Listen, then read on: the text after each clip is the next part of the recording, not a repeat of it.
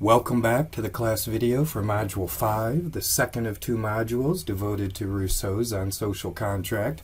Hang in there, we're on the final run in this last segment of Module 5.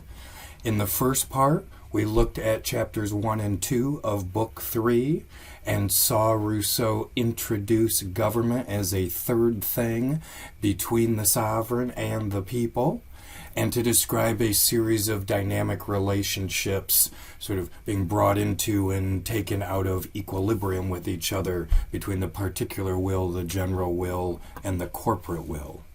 In the second segment, then, we reviewed the three constitutional forms, the rule of the many, the few, and the one, and Rousseau's explanation that these ancient Aristotelian forms are actually the result of, or the illustration of, this underlying competition between the three competing wills. In this final segment of Module 5, then, we're going to look at the final conceptual piece of Rousseau's political model, his theory of revolution. And we've already introduced you to the difference between the Lockean conception of revolution, that it's a return back to the beginning, an attempt to kind of do-over, to start the game over again, and the Aristotelian conception of this wheel of history moving through the constitutional forms and the transition from one form to the next, constituting a revolution, a very different idea about revolution. And that, in turn, is going to create a very different threshold from a Rousseauian perspective or from a continental perspective on the social democratic tradition. It's going to create a very different threshold for what kind of government action justifies revolution. In the Rousseauian scheme, a revolution is natural and inevitable. It's not a great catastrophe. It does not mean that some fundamental egregious thing has gone wrong and everybody's got to go back to a state of anarchy. Rather, it's a model of revolution is built into the physics of political change. It is normal and natural for a constitution to cycle through from one form to the next. So let's turn now and look at the last two chapters of Book 3. Rousseau begins chapter 10 at the bottom of the left-hand column on page 22. As the particular will acts constantly in opposition to the general will, the government continually exerts itself against the sovereignty. The greater this exertion becomes, the more the Constitution changes.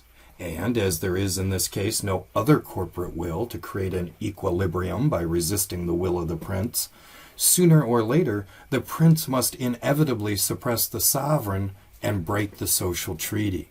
This is the unavoidable and inherent defect which, from the very birth of the body politic, tends ceaselessly to destroy it, as age and death end by destroying the human body. So the tendency towards revolution, the tendency towards overturning governments, is innate in us. It is reflective of our own intrinsic human nature. Rousseau, as the particular will acts constantly in opposition to the general will. Remember, what is the particular will? It's each one of our individual identities. It's your resistance to going along with the group. All the way back to Book 1. That psychological battle and the overcoming of that and your transformation when you are absorbed into the social compact is the central dynamic of Book 1. While in the exact same way, the government continually exerts itself against the sovereignty. That is to say, the corporate will, the members of government, seeing that they have an interest in being members of government, are also, from that perspective, constantly in tension with doing what the collective wants, what the general will wants. And so they're parallel psychological dynamics. But they have this important difference. When you resist the collective, there are other individuals around to counterbalance your resistance and to overcome it.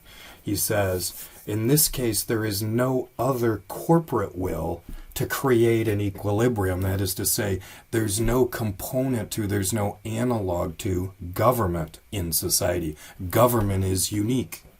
Because there is no countervailing will to the government, it is inevitable then that government will transgress the desires of the people or the desires of the general will, and they will perish. The government will perish and be replaced by another.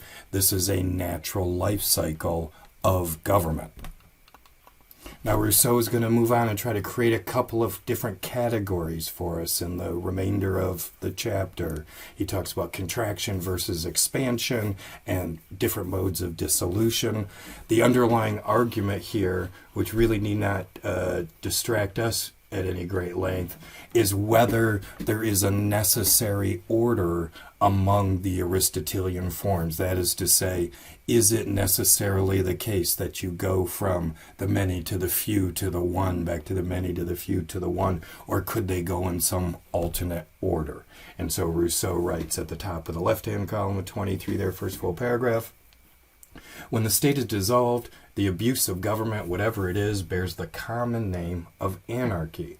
And to distinguish then, democracy degenerates into ochlocracy, and aristocracy into oligarchy, and I would add that royalty degenerates into tyranny, but this needs explanation, and then he distinguishes tyrant and usurper. But Rousseau comes back to the key point here in the introduction of chapter 11. Such is the natural and inevitable tendency of the best constituted governments. Coming to the next paragraph. The body politic, as well as the human body, begins to die as soon as it is born, and carries in itself the causes of its destruction. But both may have a constitution that is more or less robust and suited to preserve them a longer or a shorter time. The constitution of man is the work of nature, that of the state the work of art.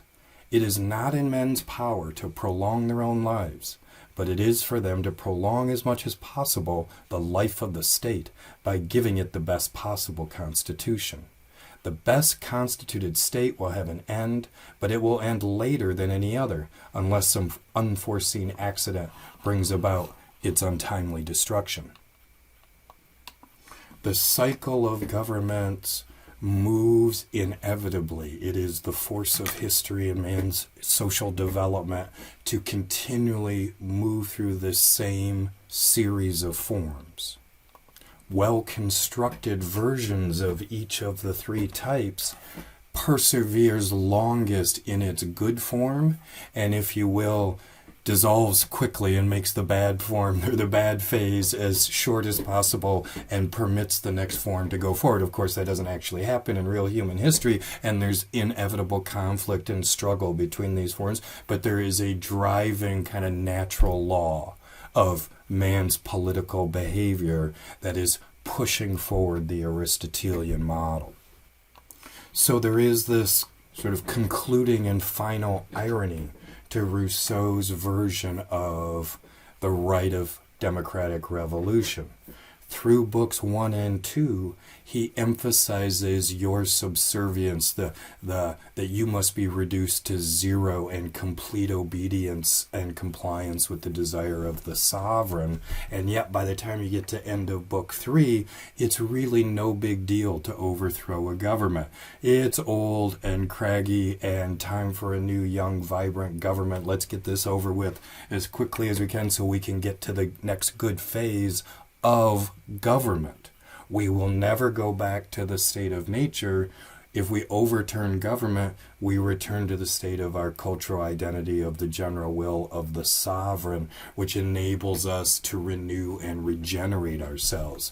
A revolution is not necessarily the burning down of everything and we go back to picking apples from the trees in the orchard.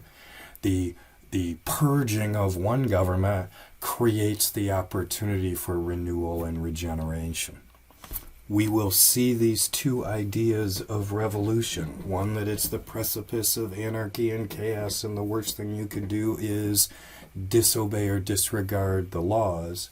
And this other view that the people should welcome and anticipate revolution because it's an opportunity for cultural and spiritual renewal, a return to the common good. We've sort of gotten off track with our last system. No worries, we'll push forward and bring about a new one. We're going to see exactly this tension in the readings in the next segment of the course that derive from the period of the American Revolution. So we've wrapped up Rousseau. Congratulations, it was a long slog. And now we'll get to turn to the American readings after you submit your concept essay.